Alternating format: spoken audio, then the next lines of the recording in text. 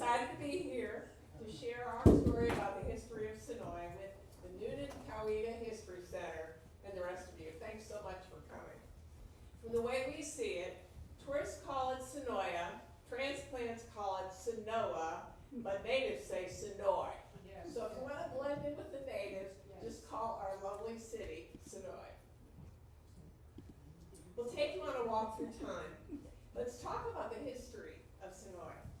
During this presentation, when you see the Historical Society logo right there, then please note that the item shown on the slide is available to see right here at the museum. Today we'll be talking about the origins, the development, and the revitalization of Senoia. So let's talk about how things got started.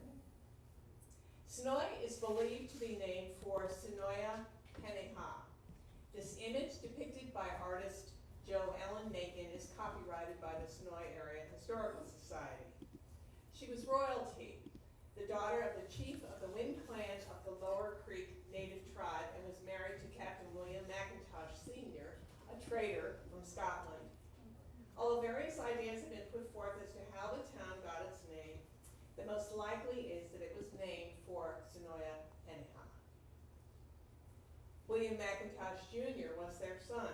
He was both a general in the army and a chief in his band of Creek Indians. His military rank was earned by fighting with the forces under the command of General Andrew Jackson in the War of 1812. Being chief was a privilege earned through his mother's line. Chief McIntosh and other chiefs of the Lower Creek Indians signed the Treaty of Indian Springs on February 12, 1825, ceding the Indian lands over to the state of Georgia. Furious from the signing of the treaty, Upper Creek Indian tribesmen massacred Chief McIntosh and other signers on April 25, 1825, in current-day McIntosh Reserve in Whitesburg, Georgia. Due in part to the Yazoo and Pine Barrens land frauds in the state during the 1790s, the people of Georgia decided to distribute newly acquired lands using a lottery system, hopefully bypassing any opportunity for corruption. Public funds were used to survey the land into uniform lots, which were then distributed by chance to eligible citizens. Land was distributed to veterans of the Revolutionary War, Indian Wars, and the War of 1812. The system also targeted those who were by nature considered to be disadvantaged, such as widows and orphans. Land lotteries had been used previously on a limited basis, but the distribution of public lands on such a large scale by a lottery system was unique to Georgia, and prior to that time, no other state used a lottery system to distribute land. As a result of the protests by the Upper Creeks, the Georgia Land Lottery Act of 1825 was declared void. Georgia instituted a new land lottery in 1827. This was the fifth overall after 1805, 1807, 1820, and 1821, and included the area in which Senoia is now located. Each lot was a whopping 202.5 acres, and District 1, land lot 279, which became present-day Senoia, was won by Gerard Anville, who was a miner. He finally claimed it in 1841, about the time he reached legal maturity. This slide shows a photo of one of the two Georgia land lottery deeds that the museum has on display. This painting by George L. Parrish, Jr. depicts what took place during the 1827 land lottery. About 1828, a large number of people migrated from Newberry, South Carolina to the Senoia area. It's possible that they did so due to the excellent farmland in East Coweta County, the piney woods, natural springs and creeks, and the plentiful wild turkey and deer. They included a cross-section of occupations. Some may have come due to acquiring property through the lottery or to spread their faith. They traveled the 235 miles on foot, by wagon, and by horseback. Many of the surnames you see here are recognizable, as those families stayed in the area for generations. That was quite a distance in the early 1800s, don't you think? The first people settled about 1 or 2 miles south of present-day Senoia in an area that was called Location. This map simply shows Location as the area that was evolving into what is now Senoia. The name Willowdale was selected for the community when the first post office was opened in 1854. Then, in 1860, the Reverend Francis Warren Batterley, a Methodist minister, purchased land lot 279, the land which formed the basis of present-day Senoia. On June 10, 1864, Mrs. Cybella A. Jones, the former postmistress at Willowdale, became the new postmistress of Senoia. Later that year, the town was officially named Senoia on October 9th and was incorporated 2 years later on December 12, 1866. Here's the only existing photograph of Reverend Francis Warren Batterley. In addition to being a minister, he was shown in a census record as a farmer, plus he ran a sewing factory with looms and sewing machines from his home during the Civil War, where the women and children made shoes and hats for their husbands and fathers who were serving. Reverend Batterley is also reported to have operated a ceramics business with W.H. Langford. Reverend Batterley's industriousness must have served his financial needs, as he never was paid for his pastoral work. Reverend Batterley held the first Methodist services in a brush arbor and then in the Rock House, which was the oldest structure in Senoia. Does anybody remember that building? Were you here? Wonderful.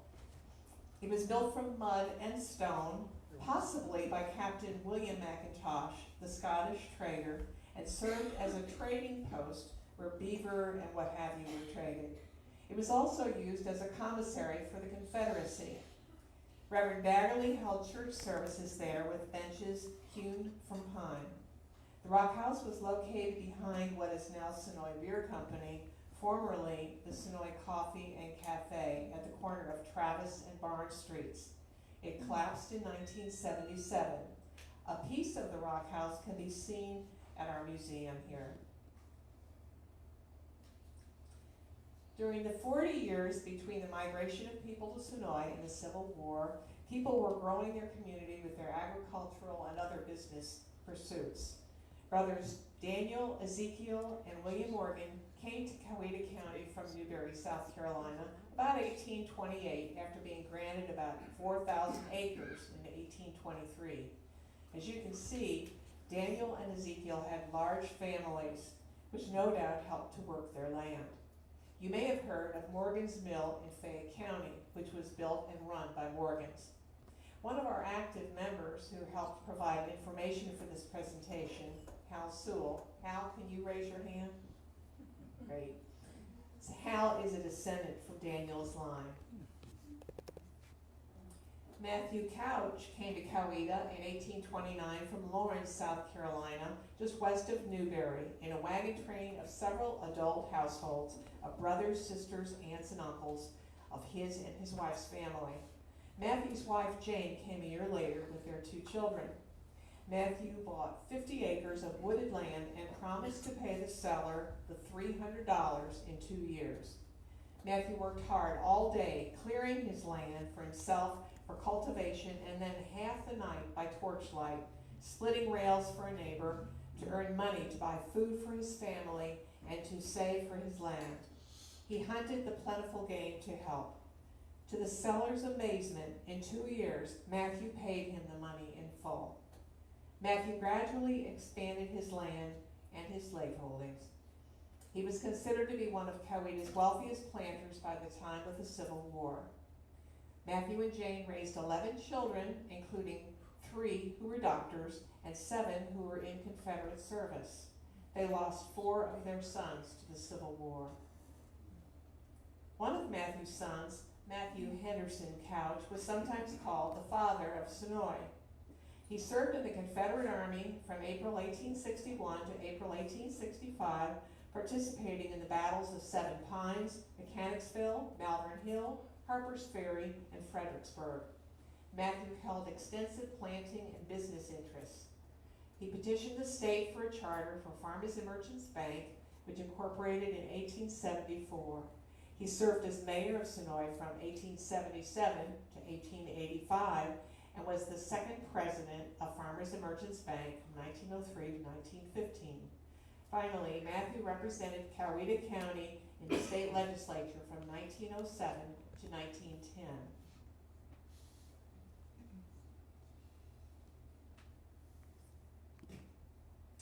William C. Barnes was a successful and influential man in Senoia.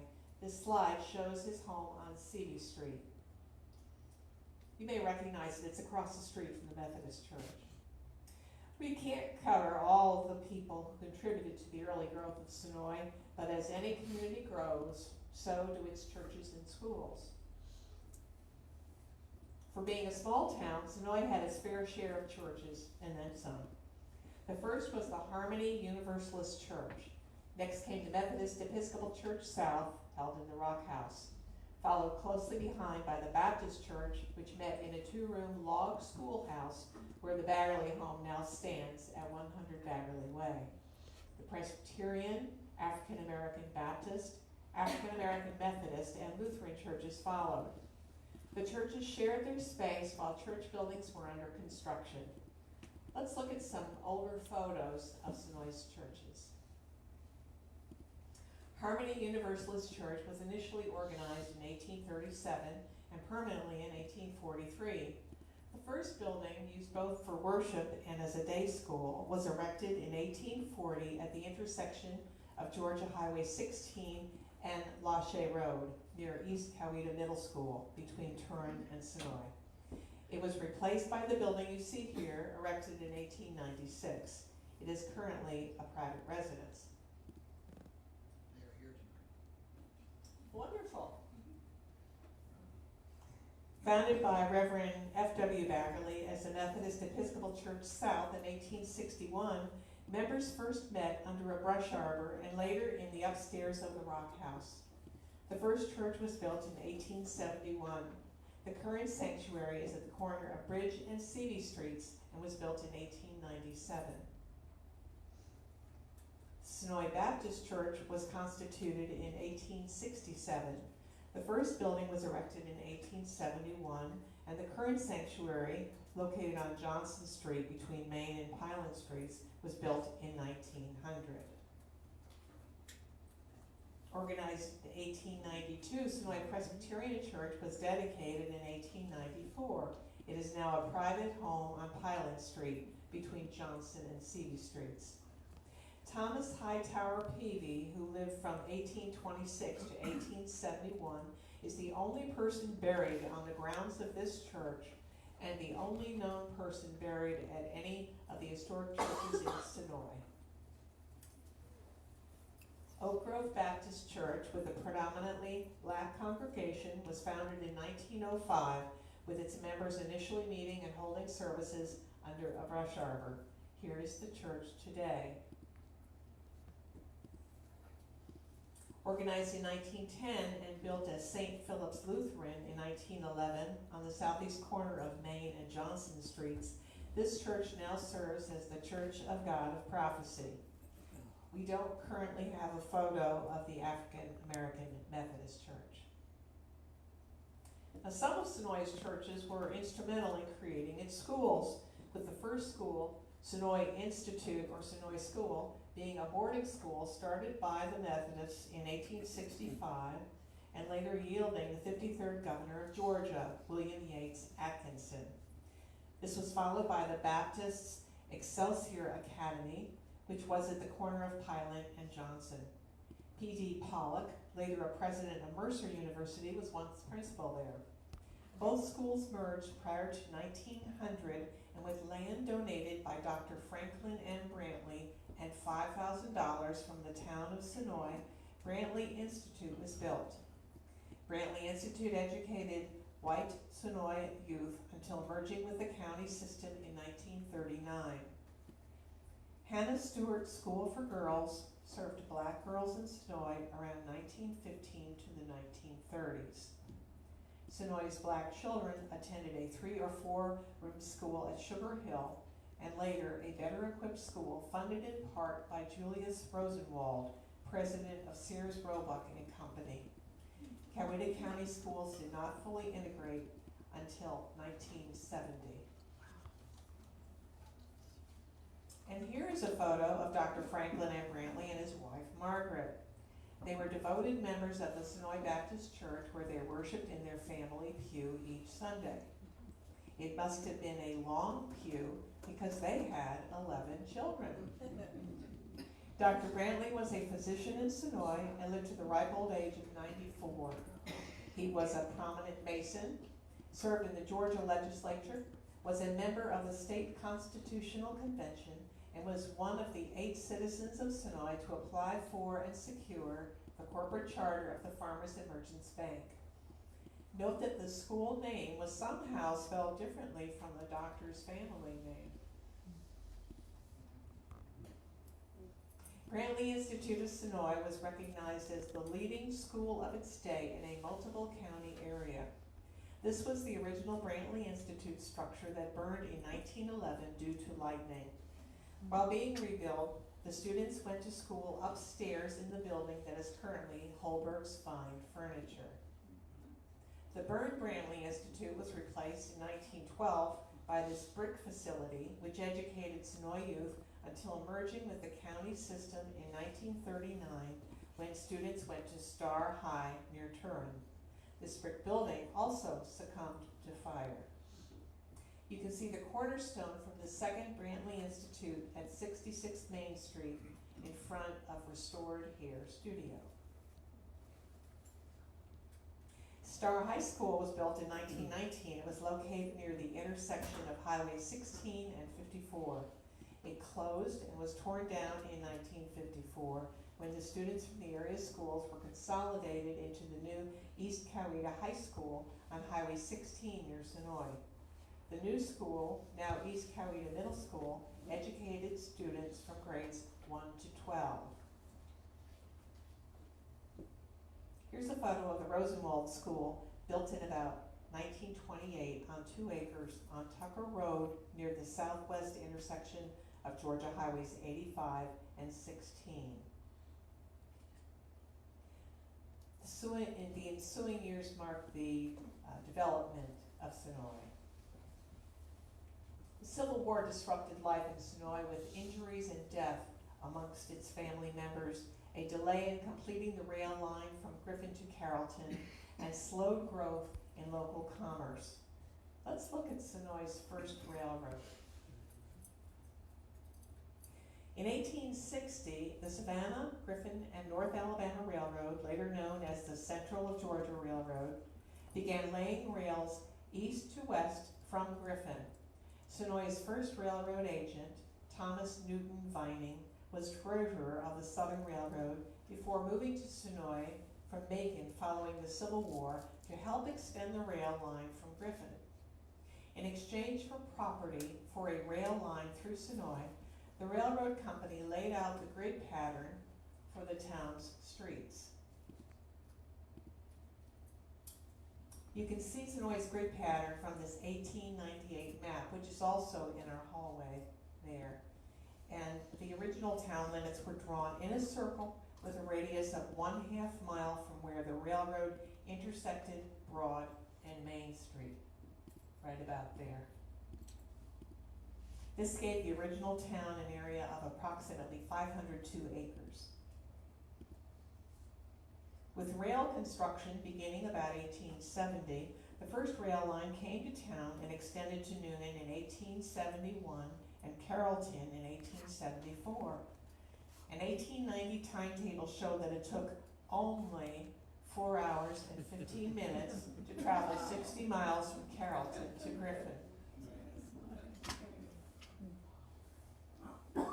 It was the east-west railroad line that crossed Bridge, Broad, and Piling Streets. It is the line where Buddy Threadgood lost his life in the movie Fried Green Tomatoes. The rail line was later owned by Central of Georgia and is now owned by Norfolk Southern. The active portion of the line ends near the intersection of Main Street and Gin Streets. It was also popularized by the TV show The Walking Dead. Here's a ticket to Noonan on the Central of Georgia. The Civil War having come to an end, Senoia entered a period of prosperity in the 1870s and 80s with unparalleled agriculture, businesses, professionals, and schools, and tremendous pride in the community, which led citizens to attempt to have the county seat moved to Senoia. And we know how that worked, don't we? Commerce was underway in Senoia, and the Farmers and Merchants Bank, the oldest bank in the area, was built in 1874. The image you see is of the Farmers and Merchants Bank building located at 28 Main Street. This will become a business called The Vault in the fall of this year. One enterprising person who came to Senoia in 1878 at the age of 20 was Alonzo Lon Herndon. Born a slave in Social Circle, Georgia, he became a sharecropper with his family, spending spare time peddling peanuts, homemade molasses, and axle grease to earn money to support the family. At the age of 20, with $11 and a year of schooling, he traveled to Senoia on foot, where he worked as a farmhand and began to learn barbering. In a few months, he migrated to Jonesboro and opened his first barbershop. He ultimately opened successful barbering businesses in Atlanta, purchased substantial real estate, started the Atlanta Life Insurance Company, and supported numerous local institutions and charities devoted to advancing Black businesses and community life. He is considered one of the first Black millionaires in the United States. It was the railroads that helped make agriculture the huge economic factor it was in the South. Here's an image from Noonan when cotton was king in the 1890s and the wagons were coming to market. Imagine this scene with wagons of cotton lined up all along the railroad tracks on Gin Street in Senoia, because that's how it was. And when the warehouses were filled to the brim, the bales were stacked behind the businesses. In the late 1800s, cotton fields and peach orchards in the area prompted as many as 3 businesses associated with ginning, seed, and fertilizer. According to a journal kept by H. North in 1891, 12 trains passed through Senoia each day. Senoia had between 50 to 100 acres of fruit planted within the city limits. Quote, grapes, peaches, apples, and other fruits find here a soil so suitable to their culture that they can be grown and shipped with great profit, unquote. The number of acres of fruit reported by Mr. North seems overstated, but the happy marriage between Senoia and its fruit crops cannot be denied.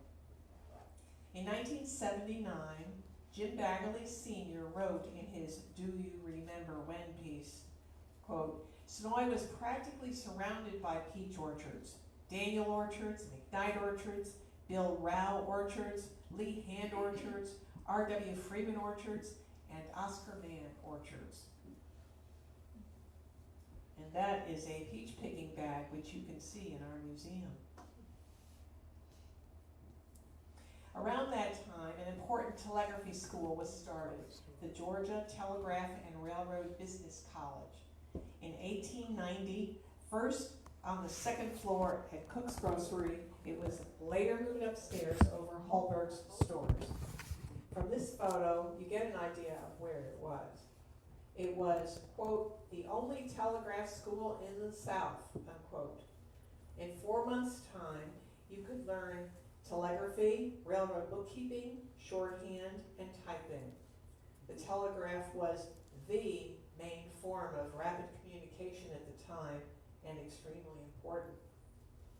In 1890, Senoia had many businesses. Senoia's first newspaper, the Enterprise Gazette, was published. Farming and a horse collar business were significant.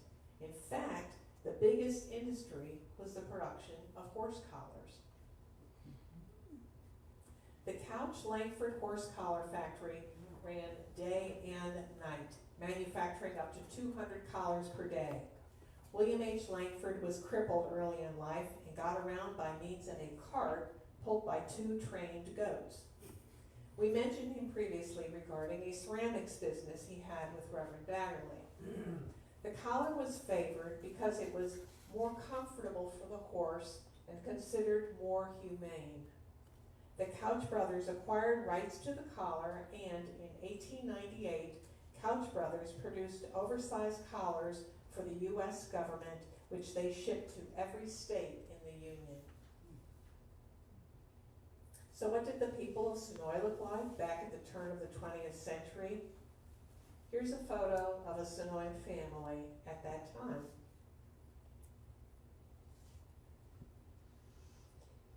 In the early 1900s, Senoia had tree-lined dirt roads with water oaks in the middle and elm trees on each side. Practically all of the stores had metal awnings over the sidewalks, and there were lots of benches on the sidewalks. There were very few automobiles, and all the buggies and wagons parked on the back streets behind the stores. Hitching posts were provided. This 1909 postcard shows a city well in the middle of the intersection of Main and Seavey Streets before they were paved, as well as the original Senoia Drug Store, which is at the front right, and other businesses too.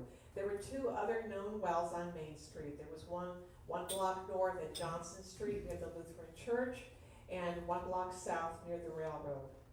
Looks like a sleepy little town, doesn't it? So what else was happening? In the late 1800s, the Baggerly brothers opened their buggy shop located at what is now 74 Main Street. Abram Carmichael operated a funeral home and sold caskets and furniture. He is the person who owned this home as well. In the early 1900s, Allen Jones brought electric power to Senoia from Starr's Mill in Fayette County, and Senoia received its first telephone service. Senoia was known for its baseball team. A second rail line came to Senoia during this time, and the Holberg Hotel opened. The Senoia Manufacturing Company, a large clothing manufacturing business, expanded its operation to Atlanta after outgrowing their 3-story Senoia facility. Coca-Cola and other soft drinks were bottled in the basement of Baggerly's buggy shop. C.F. Holberg opened a pharmacy. A general store was opened by A.L. Crook. As you can see, many other businesses were also in operation at that time.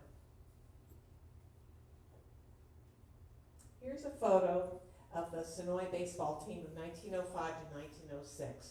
The player to the far right in the second row, this fella here, that was Bob Wall Freeman, who joined Farmers and Merchants Bank in 1910 and served as president from 1947 through 1963, at which time he was elected chairman of the board. Senoia's second railroad, the North-South Rail Line, was the ABA, or Atlanta, Birmingham, and Atlantic Railroad. Later, the Atlanta, Birmingham, and Coast Railroad, or the Alphabet Railroad.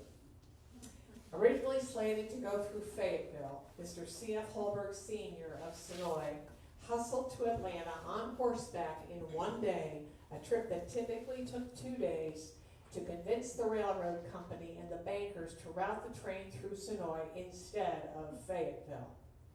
He then secured land leases for right-of-way, which clinched the deal. The rail line was built around 1905 to 1906 along Sibley Street, and the depot was built between Seavey and Johnson Streets near today's Seavey Street Park. Here's a picture of Old Maud, an AB&A engine, and the AB&A train depot. The railroad is now owned by CSX. To serve the commercial and tourist business the new railroad would bring in, Mr. Holberg built the Holberg Hotel in 1905 and opened it for business in 1906. It operated as a hotel until 1933 and saw the likes of politicians and statesmen, including William Jennings Bryan, Senator Walter F. George, Governor and Senator Richard Russell, Governor Eugene Talmadge, and Governor and Senator Herman Talmadge. Margaret Mitchell interviewed old Confederate veterans on the porch there while writing Gone with the Wind. You may know this building as today's Veranda Bed and Breakfast Inn. This is a photo from the Confederate Soldiers Reunion that the Holbergs had each year at their hotel for the soldiers and their wives. In the first row on the left, you see C.F. Holberg's wife Lillian, who ran the hotel. Mr. Holberg is the shorter fellow in the middle of the back row. After moving from Jackson, Ohio to Senoia in 1894, C.F. Holberg opened a small general store that same year. He added a pharmacy in 1909. By the mid-20th century, Holberg's in Senoia included hardware, appliances, dry goods, groceries, a pharmacy, and a soda fountain. This leader was mayor of Senoia for 18 years. The Baggerly Brothers Buggy Company, known also as Baggerly's Buggy Shop, was built within the last 25 years of the 19th century and is believed to be the third oldest commercial building in continual use in Georgia. It is located at 74 Main Street. It was initially used as a warehouse, housing cotton and freight from the railroad depot. In addition to its later use as a buggy business, it housed a beverage bottling enterprise run by Charles Mitchell Blunt and J.T. Williams in the rear of the basement under the name of B&W Bottling Company. As the Coca-Cola Bottling Company, they also bottled Coca-Cola, ginger ale, and soda water. Here's a photo of the vehicle that was used to distribute Coca-Cola from the Baggerly's Buggy Shop. The 1918 envelope you see here shows the, quote, Coca-Cola Bottling Company, Bottlers of Coca-Cola, Senoia, Georgia, unquote. The Senoia Area Historical Society Museum has 2 authentic Coca-Cola Senoia, Georgia bottles and 1 B&W bottle on display. Speaking of historical structures, what is believed to be the second oldest, right there, the second oldest continuously operating commercial building in Georgia is located at 42 Main Street, currently housing the Georgia Mercantile. It was built in 1837 and saw past use as a doctor's office and a cobbler shop. Allen H. Jones moved to Senoia with his family between 1900 and 1910. Through his wife's family, he inherited Starr's Mill in Fayette County, which he owned along with the dynamo and gin, which you see opposite the mill in this photo. In 1909, he signed a contract with W.B. Baggerly to provide electricity to Senoia. Mr. Jones would walk 3 miles from Senoia to the mill each morning to turn on the electricity and would repeat the journey in the evening to turn the power off. It was lights out at 9:30 p.m. Perhaps that's why he lived to be in his 90s. Here's a photo of Starr's Mill. Allen Jones to the right and his nephew Roy, who ran the mill for 40 years to the left. Mr. Jones formed the Jones Electric Light and Power Company in the early 1900s and sold his company to Georgia Power Company in 1926.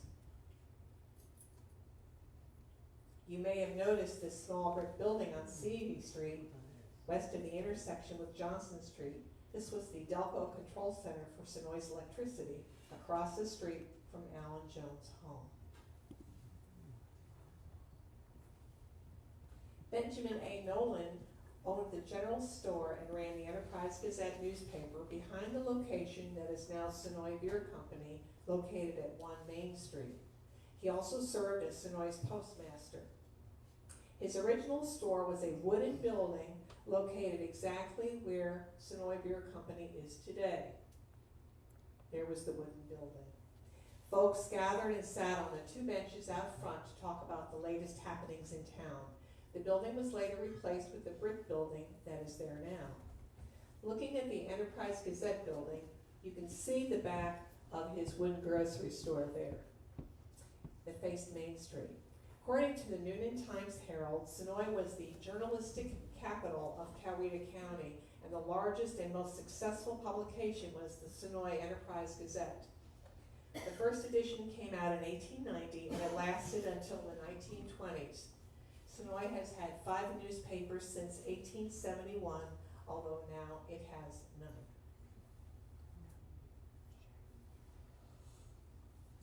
Are we doing okay, or do you need to stand up for a break?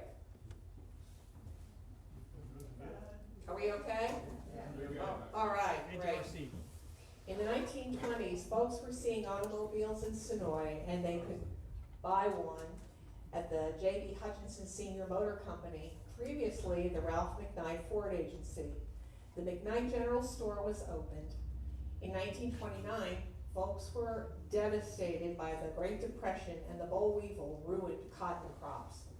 So, undaunted, folks turned from cotton to peaches. There were big packing houses off Seavey Street and on Rockhouse Road. The McKnight Cotton Gin was in operation. Senoia got its first water tower and fire hydrants in the late 1930s. 3 cotton gins operated at the height of cotton production. This is a photo of the McKnight Gin, which was located in the southern end of town, where the gin property community is now located at Gin Street and Lower Creek Trail. The cotton gin was used in the filming of the Kevin Costner 1994 movie, The War. A familiar landmark in Senoia is the original water tower, completed in May 1938 and located behind Main Street and not far from Seavey Street. The original water tank was subsequently painted with the words Historic Senoia with an image of Princess Senoia. When ownership passed to a private individual, the water tower was repainted. Currently, there are 2 additional water towers supplying water to Senoia. Here's a photo of the J.B. Hutchinson Senior Motor Company, located at the intersection of Main and Seavey Streets, later to become the location of Hutchinson's Hardware. A lot happened in Senoia during the 1940s. Southern Mills opened in 1940. In 1941, the Girl Scouts came to Coweta and Senoia. A movie theater opened, as well as a bowling alley. Downtown stores meeting people's basic needs also opened.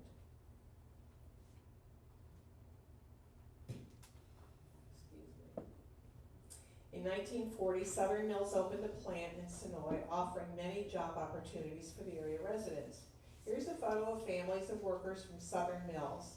James P. Butch Reese was a textile engineer and superintendent of Southern Mills, and later a sales engineer for safety products, agriculture, and engineering. He worked for 4 years with Georgia Tech and DuPont to develop the safety fabrics used for firefighters, car racers, and the like.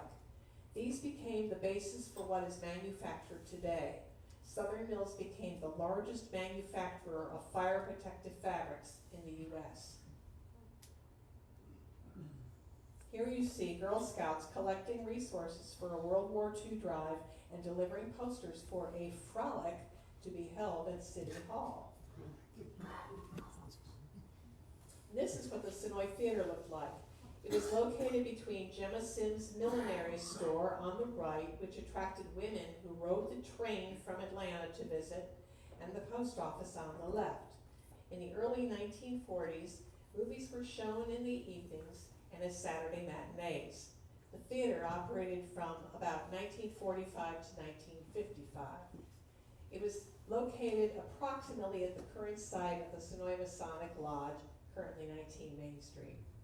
In the late 40s, admission was 11 cents if 12 years old or under, and 35 cents over 12. The first movie to be shown was When Johnny Comes Marching Home.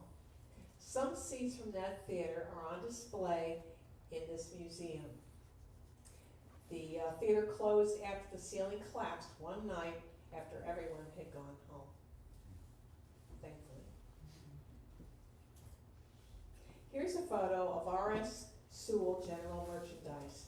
It was located to the right of the Farmers and Merchants Bank where the mess hall on Main is currently located. The McIntosh and Sewell stores were like mini Walmarts, selling dry goods, meat, vegetables, cloth, clothing, hardware, and what have you. The 50s and 60s saw an increase in Senoia's recreation with the opening of the Senoia State Park, the Brown Bell Golf Course, and the Senoia Raceway, which is still in operation.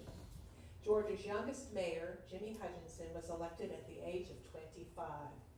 And the peach business was booming. Incidentally, in the 50s or maybe later, each Wednesday at noon, the fire siren mounted on the water tower uptown was activated, letting the stores know it was time to close. Folks could then get ready for Wednesday evening church services. Senoia State Park on Seavey Street was built in 1958 using land donated by American Legion Post number 174 for a park with a playground, picnic pavilion, clubhouse, and pool. One popular event was the annual Miss Senoia Area Bathing Suit Contest. Here are the top 3 winners for 1960. Elaine McDaniel, second runner-up, Eleanor Cooper, winner, and Melanie Biedenbaugh, first runner-up. Hutchinson's Hardware was run by Jimmy Hutchinson's father, J.B., and ultimately by Jimmy for a total of 78 years, from 1928 to 2006. Jimmy owned and operated the store for 50 years, from 1956 to 2006. How many of you here were in Hutchinson's Hardware at any time? Let me see your hands. Yeah. What an experience, huh? In 1961, he was elected mayor. He gave his time and service to the city of Senoia and was a founding member of the Senoia Downtown Development Authority. Here is Jimmy in his hardware store. A commemorative marker of Jimmy Hutchinson's can be found at the corner of Main and Seavey in front of Table Talk, formerly the location of Hutchinson's Hardware. The 9-hole Brown Bell Golf Course off Standing Rock and Gary Summers Roads was started by Edwin Brown Sr. and his wife Aline. It was operated from 1962 to 1985. The clubhouse sold crackers, peanuts, chips, moon pies, sweet cakes, and Coca-Colas, along with golf balls and teas. During tournaments, Aline would make a plate full of ham sandwiches and sell them for $1 each. One time a golfer asked Edwin why he didn't sell beer. The man thought that Edwin could make more money if there was a bar on the property. Edwin replied that he didn't build the golf course to become wealthy. He just wanted the players to have some good, clean fun. American journalist Louis Grizzard, who lived in Moreland, Georgia, is said to have frequented the course. The 3/8-mile clay dirt racetrack at 171 Brown Road in Senoia was built by Hence Pollard and David Bishop in 1969. It was sold to Charlie Edwards in 1981 and paved with asphalt in 1988. Prior to being asphalted, the track was NASCAR sanctioned for many years. The track was returned to dirt in 2010 and repurchased by the Pollard family in 2024. In the mid-60s, there were 6 peach orchards in the area. The peaches were shipped north to Chicago and New York on the north-south rail line in bushel and half-bushel baskets set in the old-timey refrigerator cars. Large blocks of ice were loaded on either side in the top of the cars, and each car had a fan powered from the axle, which pulled the cool air off the ice and over the peaches. Here's a photo of a peach processing facility in Senoia. The Senoia Area Historical Society Museum owns 2 peach packing tables, and one is here, covered by a tablecloth. But you can see another in one of the other rooms.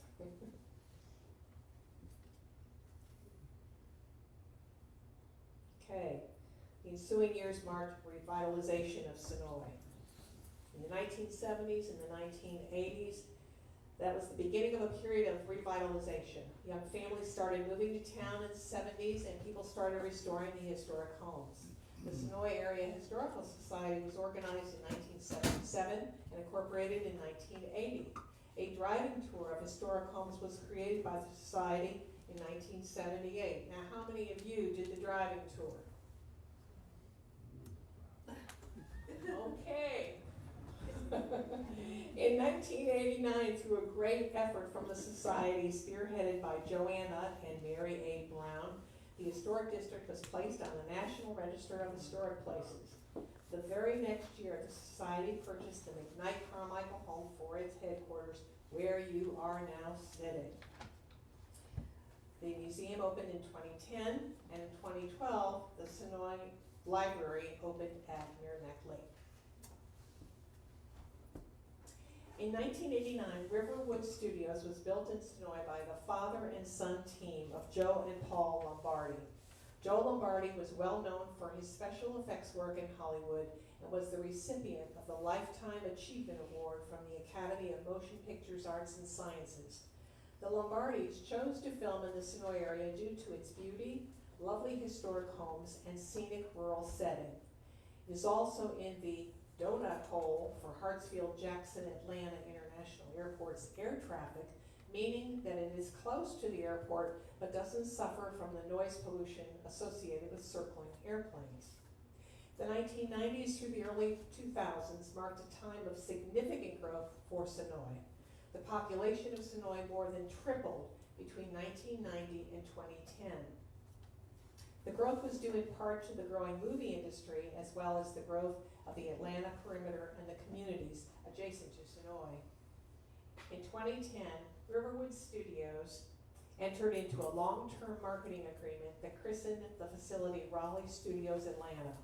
In 2017, when Lombardi decided to sell the studio, AMC purchased the Senoia studio, where they were currently filming their #1 television show, The Walking Dead. The studio was purchased for $8.25 million. The popularity of The Walking Dead and its impact on Senoia cannot be overstated. Filming in Senoia started in 2011. Besides using the local studio, the production team hired hundreds of crew members from the area. It put up the cast in local homes and hotels. It hired local vendors to serve food, supply lumber, and build the sets. By the end of the 4th season, in 2014, all 50 storefronts on Senoia's Main Street were occupied. In 2014, AMC Studios surrounded the entire Gin property neighborhood with a 15-foot corrugated metal wall, and it was used as the closed filming set for the Alexandria Safe Zone in The Walking Dead. The wall was up for 8 years, and the set, other Senoia filming locations, and Nick and Norman's restaurant, which is owned by director Greg Nicotero and actor Norman Reedus, have brought tourists to Senoia from all over the world. Only a handful of scripted cable series, South Park and SpongeBob SquarePants among them, have banked more episodes. Filming of The Walking Dead concluded at the end of the year 2021, and the metal wall was taken down in 2022. An event in 2010 would have a significant economic impact on Senoia. In 2010, Southern Living magazine showcased a new brownstone located at 119 McKnight Drive in the Gin property. From June through December, over 30,000 visitors toured the professionally decorated home. At the time, there were 6 stores open in the 3,500 person town. In 2012, Southern Living magazine returned once again, and this time they renovated a circa 1830 farmhouse into the 2012 Southern Living Idea House. This was unique in that Southern Living had never returned to the same location for their annual Idea House. Another 30,000 visitors walked through that home on Morgan Street from June through December of 2012. While the rest of the U.S. was going through a recession, the Idea Home spurred a growth spurt of businesses and home renovations in Senoia. Both Idea Homes are currently private residences. Locations throughout the Senoia area have been used in the filming of several motion picture and television productions, such as those you see here, including Driving Miss Daisy, Fried Green Tomatoes, I'll Fly Away, Consenting Adults, Pet Cemetery 2, The War, Andersonville, A Christmas Memory, Sweet Home Alabama, Fighting Temptations, Broken Bridges, Drop Dead Diva, Killers, Footloose, Flawless, and The Walking Dead, just to name a few. Today, Senoia is a vibrant community, visible for the growing communities and thriving businesses, in large part due to Senoia Enterprises under the leadership of Scott Tigalar, former president of Raleigh Studios Atlanta, and his brother-in-law, Brian Yah. This partnership is building period structures designed to look as though they were originally built in the early 1900s, filling in downtown's empty spaces and providing a backdrop for film and television production. Things we continue to enjoy include Alive After 5, Memorial Day celebrations, Taste of Senoia, Porch Fest, annual car shows, Light Up Senoia, historical society events, and our beautiful historic homes. The sense of community that developed in the 1800s continues today as local citizens and visitors take pride in our city and its many activities. Local civic organizations, churches, and our own Senoia Area Historical Society are happy to play a part in making Senoia the perfect setting for life. Here's a photo of the Senoia Area Historical Society's headquarters and museum. As a reminder, the museum is open Fridays and Saturdays from 1 to 4 and is staffed by volunteers who are always happy to offer free tours of the museum. Our artifacts reflect the history of Senoia. We house historic family files and home files, and we continue to preserve the town's history. Your participation through volunteering, membership, and sponsorship helps us to keep the society and the museum thriving. Thank you very much for your interest in Senoia's history.